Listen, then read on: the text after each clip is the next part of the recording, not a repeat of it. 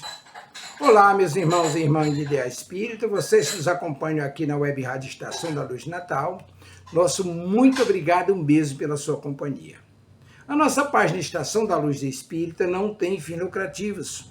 O objetivo é a divulgação da doutrina espírita.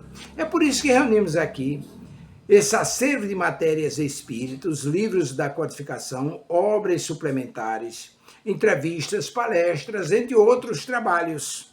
Tudo isso com o objetivo de chegar até você através dos programas das Web Rádio Cristo Consolador de São Paulo e Web Rádio Estação da Luz Natal, para atender suas necessidades de estudo, pesquisa e lazer. Tudo isso, como dissemos, sem fins lucrativos. Convidamos você agora para nos acompanhar em mais essa atração.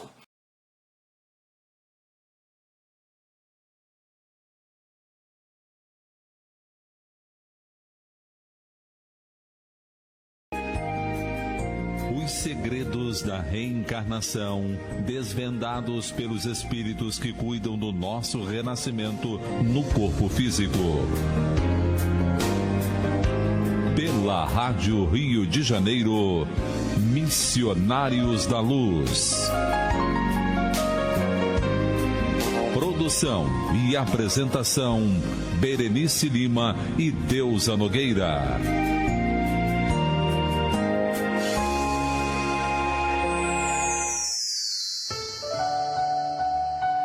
Estamos no capítulo 17, que fala sobre doutrinação.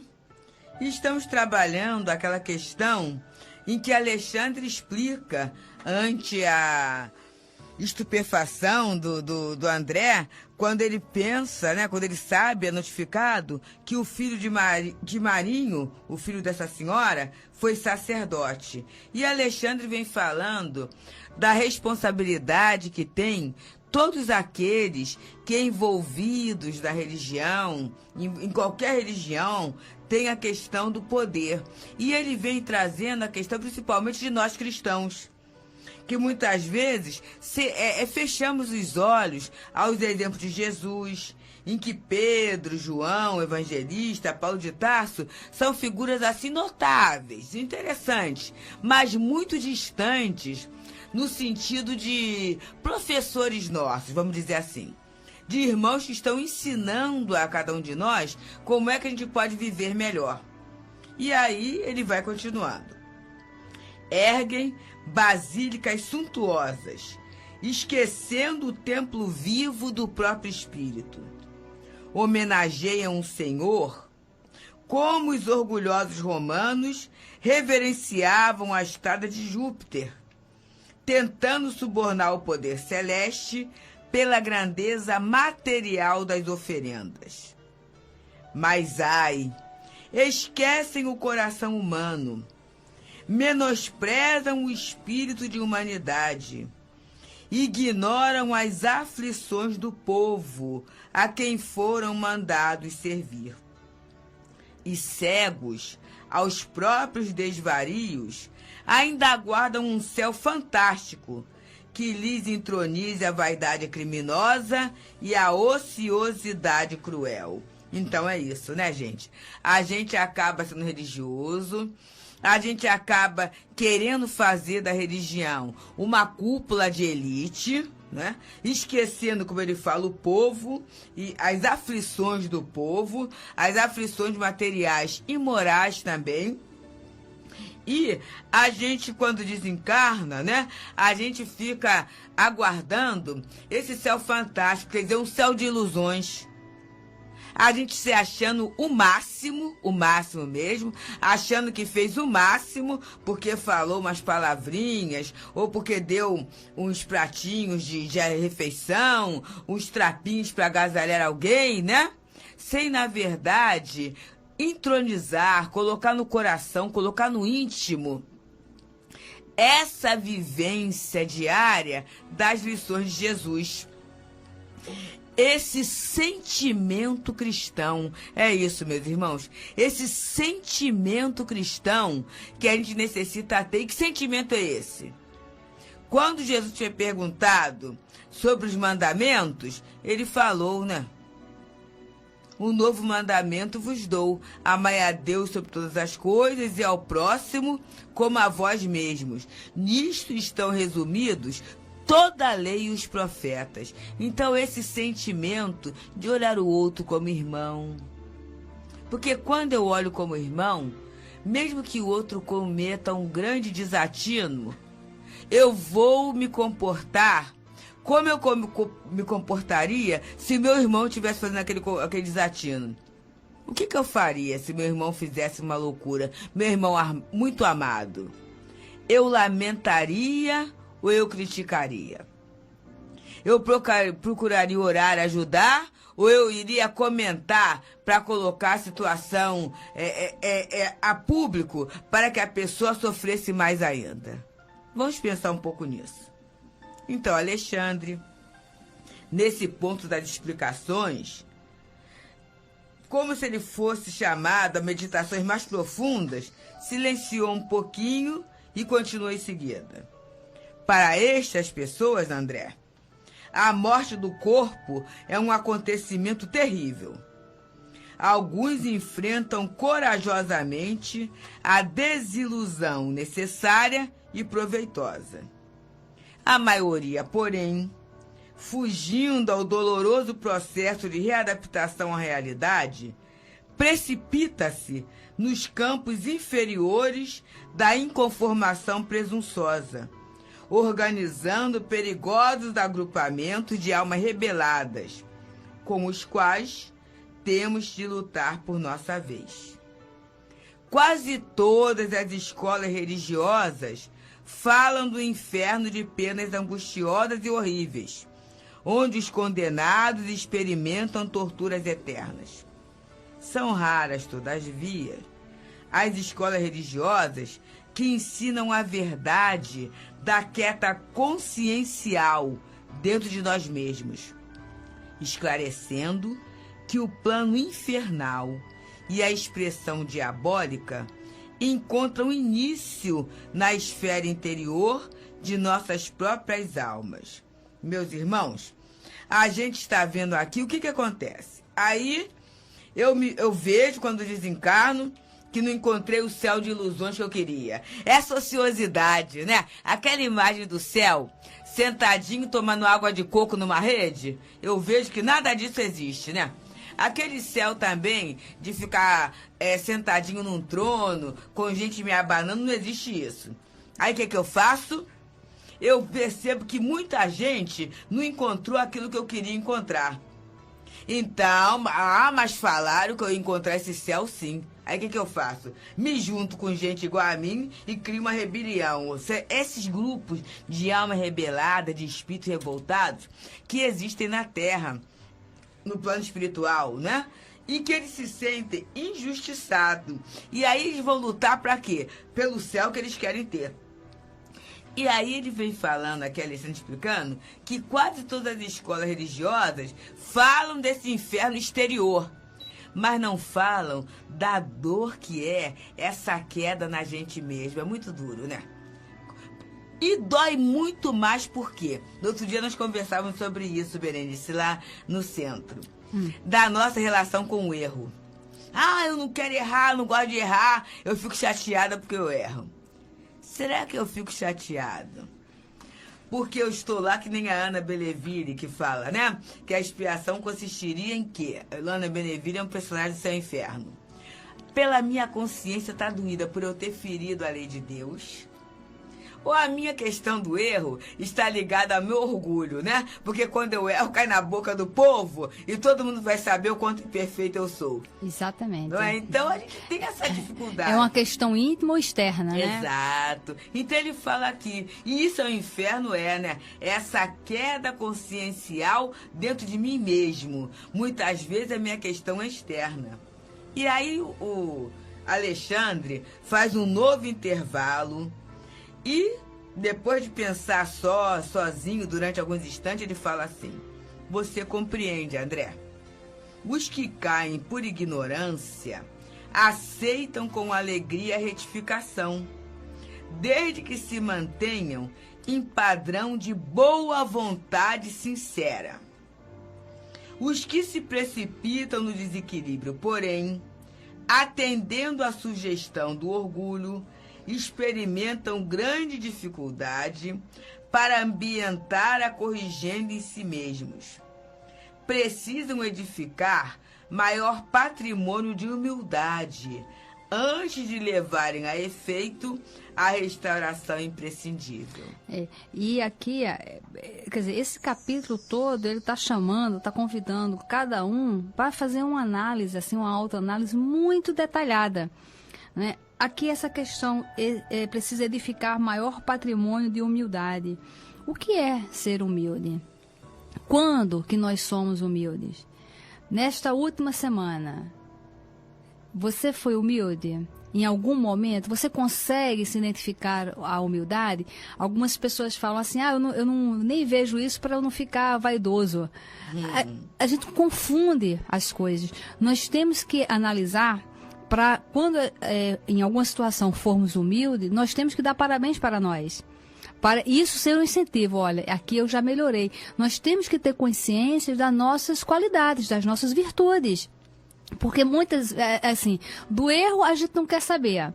E da virtude a gente também não quer ficar vaidoso. Aí a gente fica se distraindo como sempre fizemos.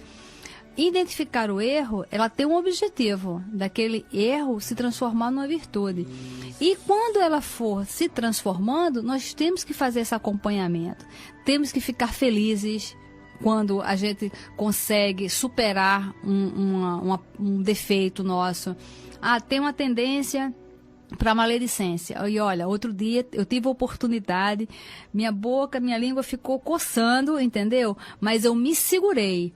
Isto é motivo para a gente se alegrar. E inclusive, as tem até anônimas fazem isso, não fazem? Tem até prece para você agradecer um defeito que você conseguiu superar. E a gente tem que vibrar muito, tipo, caramba, que bom, Graças eu a consegui, Deus, né? nossa.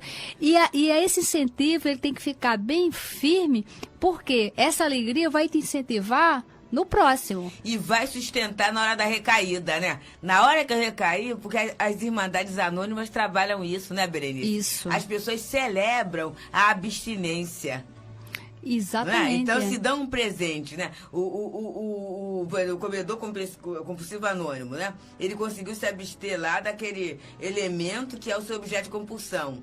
Então ele celebra aquilo. E ele celebra aquilo como? Fazendo um banquete, não é isso, né? Ele vai celebrar aquilo, muitas vezes se dando um presente, se dando um livro, se dando um disco, percebendo, assistindo um filme, vindo passear num lugar, estando com um amigo. Pra quê, né? Isso. Pra naquele momento que ele não conseguir resistir, ele vai assim, mas eu já consegui ficar tantos dias, eu me abstive, então eu vou conseguir de novo, né? E olha, você se olhar no espelho com admiração por ter conseguido alguma coisa.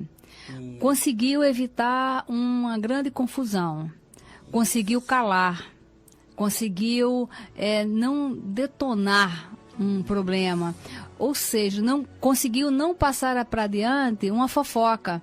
Então, chegue no espelho e se olha, sabe? Se olhe se valorizando, se enxergando, porque isso é uma coisa muito legal, porque a gente vai se enxergando e vai valorizando também as nossas virtudes. Porque, como ele está falando aqui, muitas vezes nós começamos a cair pela ignorância. Aí fomos gostando, aí fomos ficando ali, e pela ignorância, às vezes continuamos estacionados. Então, está na hora da gente sair desse estado de ignorância, né? Então, quando esse chamamento para a reforma íntima, para a identificação, a gente identifica os defeitos e identifica também as virtudes. E o passar de um para o outro, do defeito para a virtude, que às vezes é lento em alguns casos, às vezes tem mais facilidades para superar um defeito do que outros, vamos celebrar com alegria. Puxa vida, que bom! E quando a gente fala, poxa, que bom, nós vamos sentir uma leveza.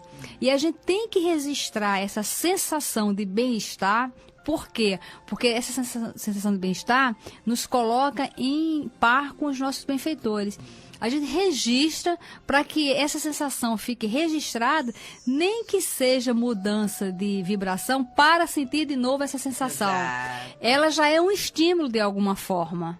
muito bom, né? Isso. Para o bem, né? E aí ele vai, né? André Luiz continua observando o mentor que silenciara novamente. E vamos observar, percebemos aqui, só nesse trecho, 3 grandes silêncios de Alexandre. E que silêncio é esse, né? É a percepção do outro. Observa só. Então Alexandre ele dialoga até com o sentimento de André, com a vibração de André. Ele percebe. E aí Alexandre silencia e André pergunta assim: mas Alexandre, e se o erro voluntário pertence ao sacerdote, no caso em exame, como explicar o sacrifício materno? Alexandre, então, ele não hesita. Ele fala assim: André, há renunciações sublimes em nosso plano, dentro das quais companheiros existem que se sacrificam pelos outros através de muitíssimos anos. Mas, no processo sob nossa observação, a nossa amiga tem sua percentagem de culpa. Na qualidade de mãe, ela quis forçar as tendências do filho jovem. Em verdade, ele renascera para uma tarefa elevada no campo da filosofia espiritualista. Contudo, de modo algum, se encontrava preparado para o posto de condutor das almas. A mãe, entretanto, obrigou-o a aceitar o ingresso no seminário, violentando-lhe o ideal e indiretamente colaborou para que o seu orgulho fosse demasiadamente acentuado. Interpretando suas tendências para a filosofia edificante à conta de vocação sacerdotal, impôs-lhe o hábito dos jesuítas, que ele deslustrou com a vaidade excessiva. Claro que a nossa irmã estava possuída das mais santas intenções.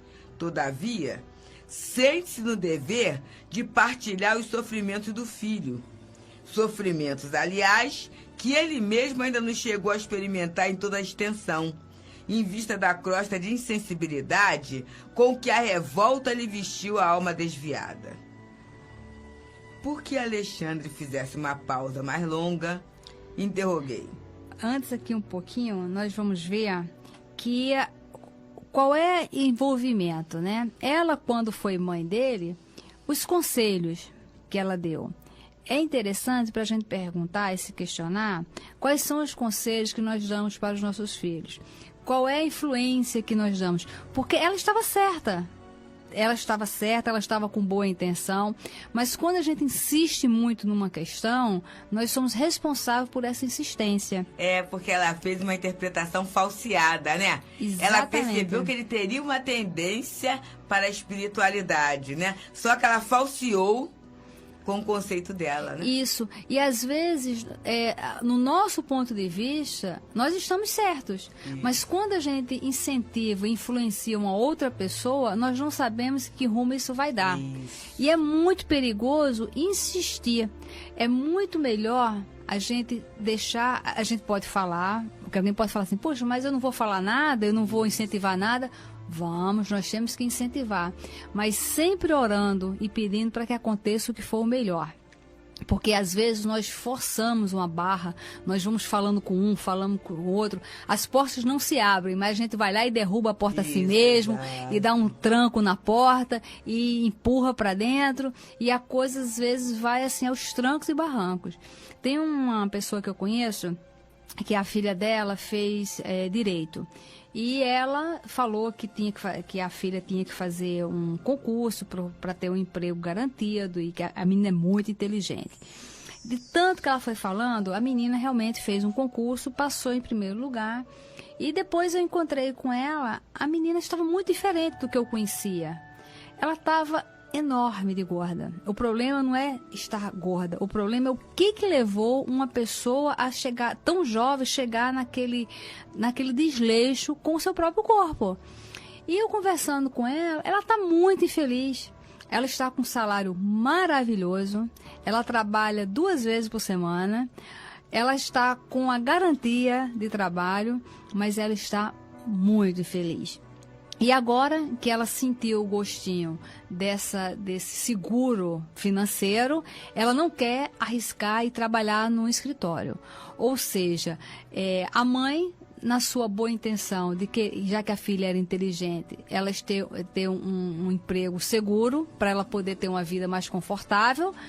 O que aconteceu? A filha acabou estando numa depressão muito grande e agora o medo dela de ir para o campo, de ir para o trabalho convencional, né? Para desenvolver suas potencialidades, ela agora está com medo de trocar o certo pelo duvidoso.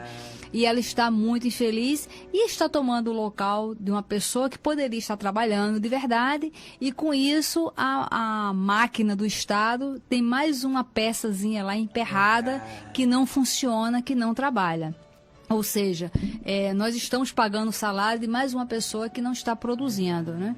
Isso por quê? Por causa da insistência do ponto de vista de uma mãe. Então, nós temos que uma pessoa estudar ou a ir a um determinado trabalho ou fazer alguma coisa, a gente tem que falar assim, olha, eu acho que isso deveria ser bom por causa disso, disso e disso, mas você avalie e você decida o que é o melhor para você. Então, nós damos a opção, porque a mãe geralmente é mais experiente porque tem mais anos de vida. Então, pela nossa experiência, nós vamos falar das possibilidades. O que é bom, o que é ruim na nossa visão. E sempre falando, olha, na minha visão, isso aqui te dá mais conforto, isso aqui te dá segurança, isso aqui dá isso, dá isso. Mas olha, você pensa e você define o que você acha melhor. O meu marido, o filho dele, estava fazendo uma faculdade e que percebemos que ele não estava feliz ali. E meu marido chamou, olha, para tudo. Ele, pai, mas eu já estou no 3º ano. Ele falou assim, olha, para tudo, meu filho. Sabe, não importa, para tudo e recomece numa coisa que você é feliz. Você não pode estar estudando numa coisa que você depois você vai pegar o diploma. Você está querendo só o diploma? Sabe? Eu te faço o diploma e você bota na parede. Mas não seja infeliz. Reflita, veja se é isso mesmo. Ele até quis ficar na carreira e inclusive ele é brilhante na carreira dele, mas aquela dúvida dele, foi importante alguém chegar e falar, olha, fica à vontade para mudar. Exatamente. Né? Porque talvez... Você não é obrigado a fazer, que às vezes eles não querem decepcionar a família, né? Isso. Eu vou desistir, eu vou decepcionar, tudo isso. E aí acaba causando uma situação mais complicada ainda. Então, a gente tem que respeitar as vocações. Às vezes, algumas pessoas se frustram, tem aquela historinha, né? Uma mãe tinha gêmeos, aí eles tinham 4 meses de idade, né? E aí foi ao pediatra. E aí uma outra senhora falou, viu lá as crianças no pediatra e falou, os seus filhos, como é que estão? Aí ela, pois é, o engenheiro está com problema de catarro. Agora o médico, ele está com uma tosse muito grande. Ou seja, já determina e condiciona aquelas pessoas, aqueles espíritos, que muitas vezes dão certo, mas muitas vezes são frustrados. E o pior, a sua frustração acarreta problemas sérios para os outros e para si, né? No caso desse menino aqui. E aí ele continua, né? Trazendo pra gente. André pergunta assim, mas Alexandre, se o filho foi aí conduzido à situação difícil, para a qual não se encontrava convenientemente preparado, será tão grande a culpa dele? Alexandre sorriu e falou, André, a genitora, a mãe, errou pela imprevidência. Ele faliu pelos abusos criminosos em oportunidades de serviço sagrado. Ou seja, cada um tem a sua responsabilidade, parcela, né? Cada um tem a sua parcela, porque ele não pode se isentar da responsabilidade dele, dizendo assim, foi mamãe que mandou eu vir para cá. Isso. E ela também, ela tem a sua responsabilidade por ter forçado o filho a ir. Mas ela não é responsável de um todo. Por quê? A intenção dela era apenas que ele fosse um bom sacerdote. Agora, a escolha dele é que foi predominante, né? Ela tem um envolvimento porque ela forçou uma situação. Agora, ele é responsável por quê? Porque não existe esse negócio, eu fiz porque mandaram eu fazer. Eu usei drogas porque o grupo todo usava. Eu fiz isso porque muitas pessoas falam assim, o fulano, ele é alcoólatra porque ele teve os pais assim assado. Ou seja, não justifica. Ele vai ter que ser responsável por aquele vício dele. Ele pode até ter tido uma infância complicada, ter tido um meio complicado, mas a decisão é sempre do espírito. Agora, as pessoas que tiverem envolvimento para aquele espírito chegar naquela condição também serão responsáveis. Ou seja, nós somos responsáveis a partir do momento que nós pensamos sobre alguma coisa. Porque no nosso pensar já é uma influência. E nós temos que pensar, eu estou sendo responsável pelo quê? Essa é a nossa meditação. Muita paz. Muita paz, irmãos.